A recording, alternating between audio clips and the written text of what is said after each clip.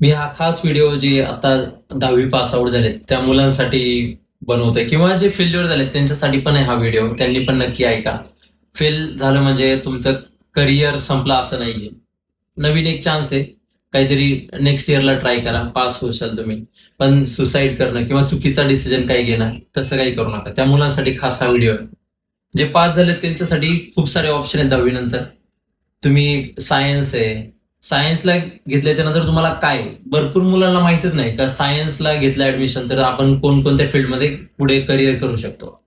ठीक आहे, सायन्सने तुम्ही इंजिनिअरिंग किंवा डॉक्टर एमबीबीएस जे काय असेल त्या फील्ड त्याच्यामध्ये करू शकता.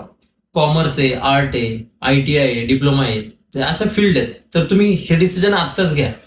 असं नको की 12वी नंतर आता तुम्हाला इंजिनिअरिंगला ऍडमिशन किंवा नाही आता मला इंजिनिअरिंग नाही मला युपीएससी ला घ्यायचं होतं किंवा युपीएससी साठी स्टडी करायचा आहे तर तुम्ही आर्ट कॉमर्सने केलं तर युपीएससीचा स्टडी करू शकता. तर त्याच्यासाठी सायन्सच पाहिजे असं नाही. सो डिसिजन हा तुमचा आहे. म्हणजे माझा मित्र सायन्सला गेलाय म्हणून मला सायन्सला घ्यायचं किंवा कॉमर्सला गेलाय आर्टला गेलाय म्हणून असं करू नका. तुम्हाला जे योग्य वाटते ते करा.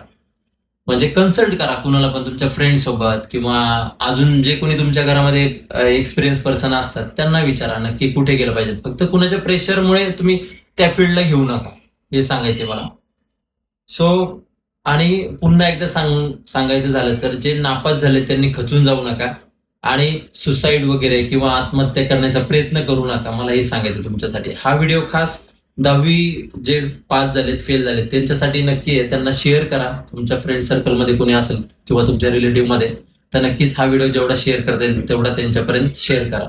अशाच आपल्या व्हिडिओसाठी आयडीला फॉलो करा. थँक्यू.